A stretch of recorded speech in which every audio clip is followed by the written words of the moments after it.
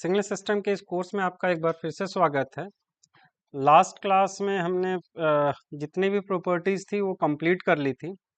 आज हम हमारा सिग्नल सिस्टम के अंदर 4 टॉपिक्स आज हम देखने वाले हैं। एक तो डिस्टॉर्शनलेस सिस्टम क्या है, bandwidth of a system and signals, और साथ में हम ईएसडी रिलेशन यानी एनर्जी स्पेक्ट्रल डेंसिटी रिलेशनशिप देखेंगे बिटवीन इनपुट एंड आउटपुट।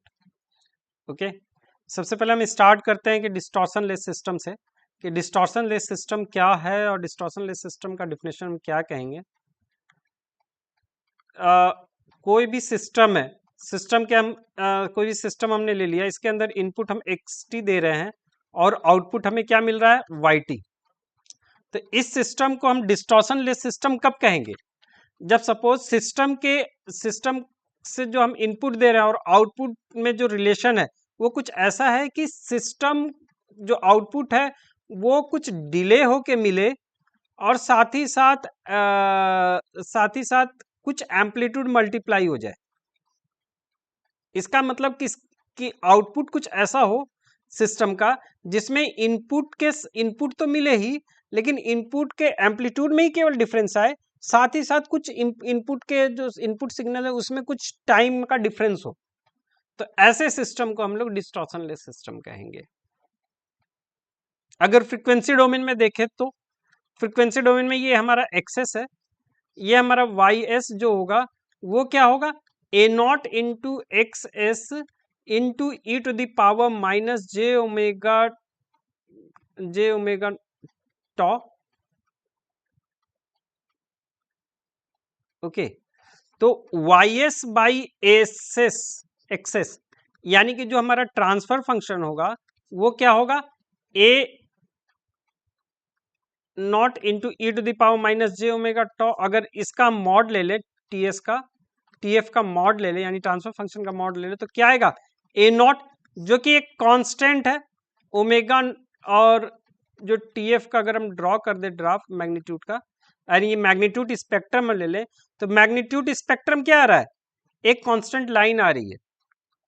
दूसरा, अगर हम ये तो मैग्नीट्यूड है, फेज स्पेक्ट्रम अगर हम ड्रॉ करें टीएफ, तो वो क्या आएगा, phase spectrum tan inverse minus omega tau, जो कि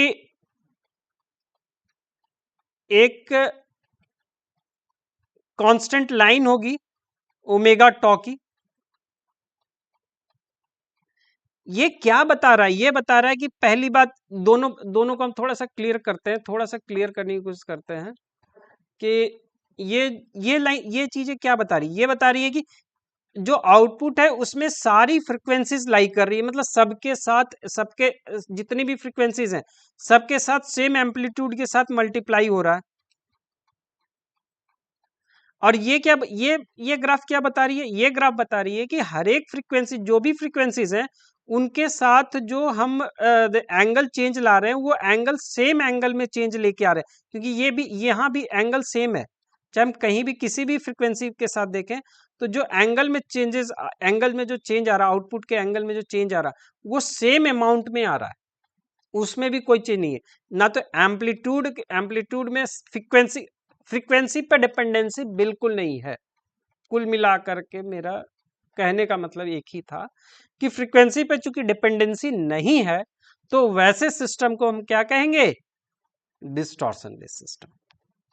आई होप क्लियर हो गया होगा। ठीक है, नेक्स्ट हम बात करते हैं bandwidth of a system.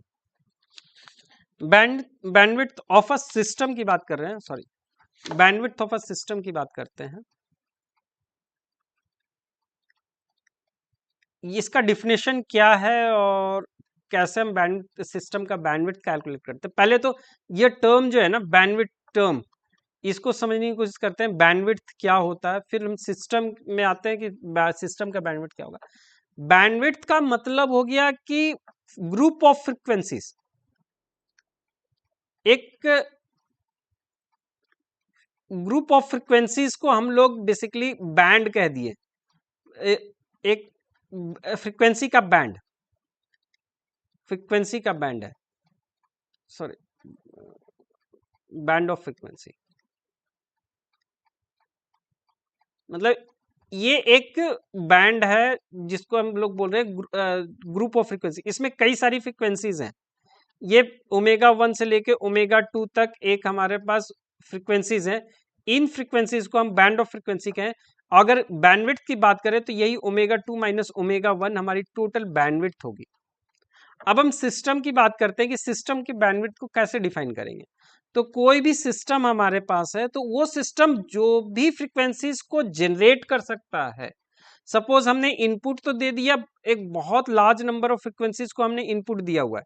Omega हमने जो ओमेगा 1 और ओमेगा 2 है जो इनपुट दे रहे हैं हम लोग, वो बहुत लार्ज नंबर है। मतलब ओमेगा 2 और ओमेगा 1 की जो फ्रीक्वेंसी जो ये इनपुट दे रहे हैं हम लोग, ये इनपुट की फ्रीक्वेंसी की जो में कौन कौन सी फ्रीक्वेंसीज लाइक कर रही हैं, तो ये हम कह रहे हैं कि बहुत लार्ज नंबर है। लेकिन हमारे पास जो आउटपुट आ रहा है वो आउटपुट एक पर्टिकुलर ओमेगा 1 डैश माइनस से लेकर ओमेगा 2 डैश तक की ही आउटपुट को फ्रीक्वेंसीज को ही जनरेट कर पा रहा है। बाकी फ्रीक्वेंसीज जो इनपुट की बाकी फ्रीक्वेंसीज को ये सप्रेस कर दे रहा है। तो ऐसी तो ये इसकी बैंडविड्थ कहलाएगी। मतलब जिस फ्रीक्वेंसी को ये जनरेट कर सकता है सिस्टम, वही सिस्टम का बैंडविड्थ कहलाएगा, omega 2 dash minus omega 1 dash. आई होप क्लियर होगा। तो एक बार डिफिनेशन लिख लेते हैं कि डिफिनेशन क्या है। ठीक है, definition bandwidth of a system, bandwidth of a system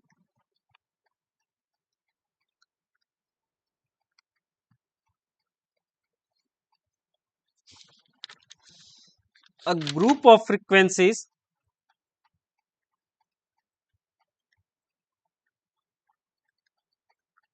which a system is capable of making available at the output या at the response, जो भी आप बोलना चाहो दोनों चलेगा। ठीक है, आई होप इसको समझाने की जरूरत नहीं है। जो मैंने बताया वही यही यहां मैंने लिखा है, group of frequencies which a system is capable of making available at the output. Okay, अब एक एग्जांपल ले लेते हैं। सपोज एक सिस्टम हमने ले लिया और उस सिस्टम का हम लोग जानना चाह रहे हैं कि क्या होगा बैंडविड्थ। और यहाँ हम 3 dB की भी बात करेंगे, 3 dB बैंडविड्थ की भी बात करेंगे, 3 dB बैंडविड्थ क्या होता है। ठीक है, तो सबसे पहले एक सिस्टम ले लें और सिस्टम के बाद उसको एनालिसिस करने की कोशिश करें कि इसकी बैंडविड्थ क्या होगी। तो ये हम एक बहुत छोटा सा बहुत आसान सा एक हमने सिस्टम ले लिया, बहुत सिंपल सा सिस्टम ले लिया है। ठीक है, अच्छा इस सिस्टम का अगर वाई ओमेगा कैलकुलेट करेंगे तो वाई ओमेगा कैलकुलेट करना बहुत इजी है। 1/j omega C divide by 1 plus R into 1/j omega C, sorry 1/j omega C divide by R plus 1/j omega C. ठीक है, तो वाई ओमेगा क्या होगा, वाई ओमेगा होगा 1/1 plus J omega R C. ठीक है, Y omega by X omega, यानी transfer function कुल मिलाकर के एच ओमेगा। अब इसका मैग्नीट्यूड, पहले मैग्नीट्यूड स्पेक्ट्रम ड्रॉ कर लो। मैग्नीट्यूड स्पेक्ट्रम ड्रॉ करने के लिए सबसे पहले मैग्नीट्यूड लिखना पड़ेगा 1/ओमेगा square are square C square. अब इसको ड्रॉ करो, ओमेगा और एच ओमेगा का अगर ड्रॉ करेंगे तो फिलहाल मैं डिटेल में मैं ऐसे ही ड्रॉ कर रहा हूँ रफली। ओके, तो ये कुछ इस तरह का ग्राफ बनेगा। ठीक है, मैं इस पे नहीं जा रहा हूँ कि ये ग्राफ कैसे बनेगा, बट अभी मान के चल रहा हूँ ये इसका ग्राफ यूं है। ठीक है, अगर ये ग्राफ है तो इसमें अब हम देखना चाह रहे हैं कि सिस्टम की बैंडविड्थ क्या है। सबसे पहले ये जनरेट कर पा रहा है, ये पूरा का पूरा ये बहुत लार्ज नंबर ऑफ फ्रीक्वेंसीज को जनरेट कर रहा है, मतलब इसकी फ्रीक्वेंसी काफी बड़ी है। सिस्टम की जो बैंडविड्थ है वो बहुत बड़ी है। ठीक है, लेकिन यहां जहां जहां एच ओमेगा 0 नहीं है वो हमारा सिस्टम की बैंडविड्थ के अंदर आ गया, ठीक है। बट ये जो यहां जो एम्पलीट्यूड है, मतलब एक पॉइंट के बाद देख रहे हैं, एक पॉइंट के बाद एम्पलीट्यूड डिके होता जा रहा है और एम्पलीट्यूड ना के बराबर है, अप्रोच टू जीरो है, तो इसे हम इसके बैंडविड्थ, सिस्टम के बैंडविड्थ में कंसीडर नहीं करेंगे। तो एक सिग्निफिकेंट वर्ड जो आता है वो आता है 3 dB बैंडविड्थ। ये 3 dB मतलब बेसिकली जहां पावर आधी हो जाए, ये हमारी टोटल पावर सपोज यहाँ 1 है, तो ये पावर जहां आधी हो जाए वो पावर आधी कहाँ होगी, एम्पलीट्यूड √1/√2 होगा, यानी 1/√2 के पास 1/√2 of maximum of H omega, वो देगा हमें आधी पावर।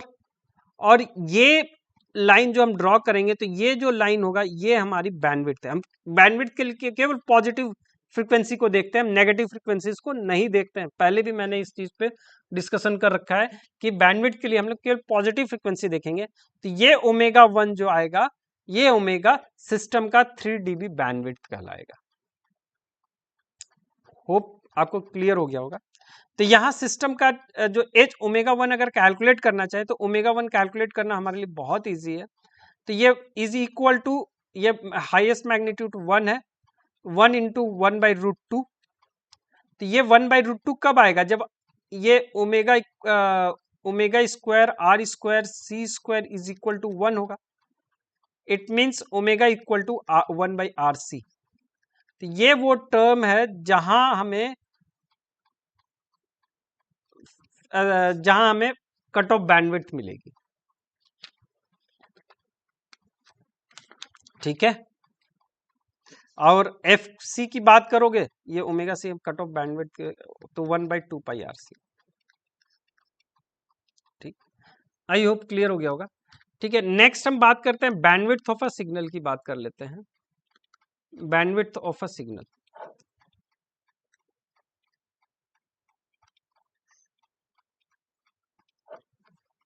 जैसे हमने सिस्टम की बात की थी वैसे ही सिग्नल की बात करेंगे। इसमें सिग्नल को हम लोग ड्रॉ करेंगे, सिग्नल का एम्पलीट्यूड स्पेक्ट्रम ड्रॉ कर लेंगे। तो सिग्नल का एम्पलीट्यूड स्पेक्ट्रम जब हम ड्रॉ करते हैं और उस एम्पलीट्यूड स्पेक्ट्रम जो ड्रॉ कर रहे हैं, तो उसमें जहां इसका नॉट जो हमारे ओमेगा की वैल्यू पे हमारा एक्स ओमेगा का मॉड ये नॉट इक्वल टू 0, उसकी ग्रुप ऑफ वो सारे ग्रुप ऑफ फ्रिक्वेंसीज हमारी इसकी बैंडविड्थ कहलाएगी। फ्रीक्वेंसीज जो हैं वो हमारी बैंडविड्थ कहलाएगी। आई होप क्लियर हो गया। फिर भी डिफिनेशन अगर देखें तो डिफिनेशन क्या कहेंगे, it is defined as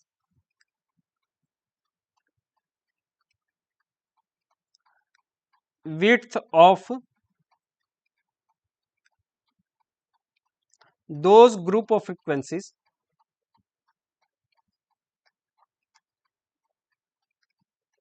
for which magnitude spectrum for its Fourier transform is not equal to 0, is not equal to 0।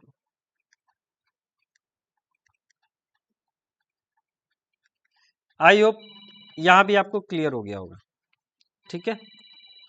Next हम बात करेंगे, हमारे पास नेक्स्ट जो टॉपिक है वो है इस ESD यानी कि energy spectral density relation between input and output signal.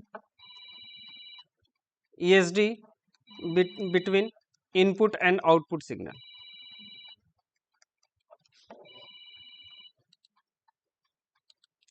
हम क्या बात करेंगे, energy spectral density relation between input and output. अगर एनर्जी सबसे पहले तो हम कोई सिस्टम है हमारे पास, इस सिस्टम के अंदर एक्सटी हम इनपुट दे रहे हैं, आउटपुट हमें क्या मिल रहा है, वाईटी। ओके, जब एक्सटी इनपुट दे रहे हैं तो इनपुट के साथ इसका एनर्जी, अगर एनर्जी की बात करें तो EX कैसे कैलकुलेट करते हैं, -infinity plus infinity mod of x t का होल स्क्वायर dt। अगर YT हम कैलकुलेट करते हैं, EY कैलकुलेट करते हैं, तो EYT का फॉर्मूला क्या है, मॉड ऑफ YT का होल स्क्वायर dt। ये हमारा रिलेशन है। अच्छा, इसके ESD की बात करेंगे, ऑफ x की बात करेंगे तो मॉड ऑफ xt का होल स्क्वायर, ये हमारे पास ESD है। वैसे ही अगर ESD ऑफ y की बात करेंगे तो ये हमारा मॉड ऑफ yt। अच्छा, एक बात हमें क्लियर है, sorry sorry sorry sorry, ESD में ओमेगा आएगा ना।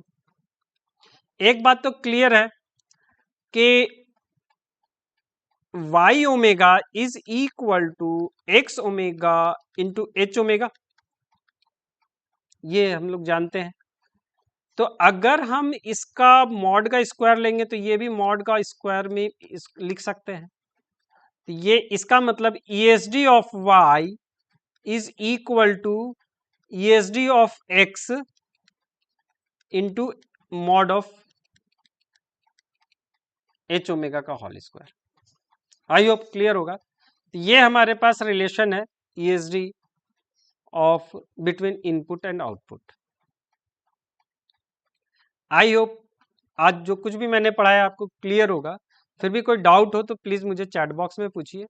Thank you for watching.